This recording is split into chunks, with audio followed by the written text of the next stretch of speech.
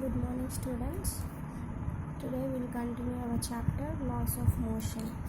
In that topic is conservation of momentum. Let two objects with masses m1 and m2 are traveling with different velocities u1 and u2 respectively. Two masses m1, m2. They are having velocities u1 and u2 in the same direction along a straight line. They are traveling in the same direction along a line. If u1 is greater than u2, they collide with each other and the collision lasts for time t. When u1 velocity is greater than u2 velocity, what happens now? They will collide, means they will come close like this, okay, and it will last for t seconds, which is very small.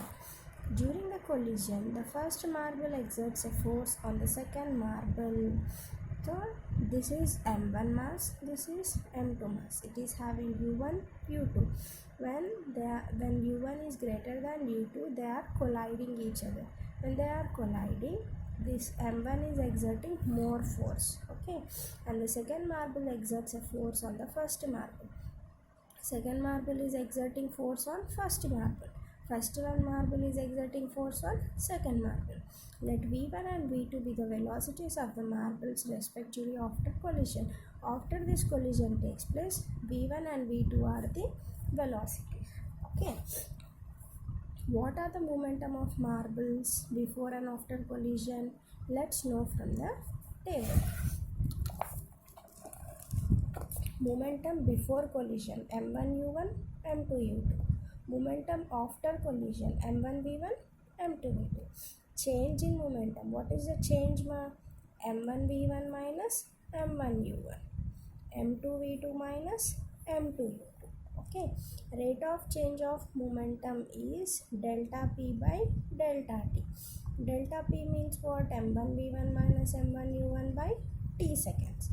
m2 v2 minus m2 u2 by t seconds. Okay. According to Newton's third law of motion, the force exerted by first marble on the second is equal to force exerted by the second marble on the first one. First marble force is acting on second marble and second marble force is acting on first marble. Hence F12 is equal to minus F21. Hence we get delta P1 by T equal to minus delta P2 by T. Delta P is nothing but what? M1 V1 minus M1 U1 by T minus M2 V2 minus M2 U2 by T.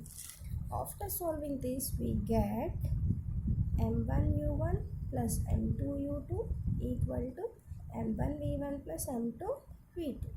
M1 U1 plus M2 U2 is the total momentum of the two marbles before collision, and M1 V1 plus M2 V2 is the total momentum of the two marbles after collision. This M1 V1 M2 U2 is momentum before collision. M1 V1 M2 V2 is after collision. Okay. See here how you got M1 U1 and M2 V2. We will see here. T will get cancelled. This M1 V1, if it is transposed, what it will become? Minus M1 V1. If it is transposed, M2 U2 plus M2 U2 you will be getting. Okay, this minus also if it is transposed,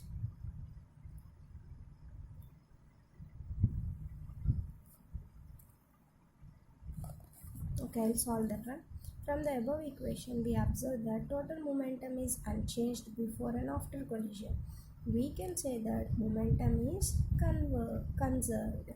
Momentum is not changed, therefore momentum is conserved.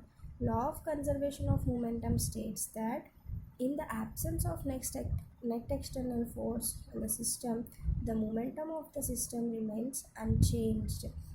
Conservation of momentum means what? In the absence of force also, this momentum remains unchanged.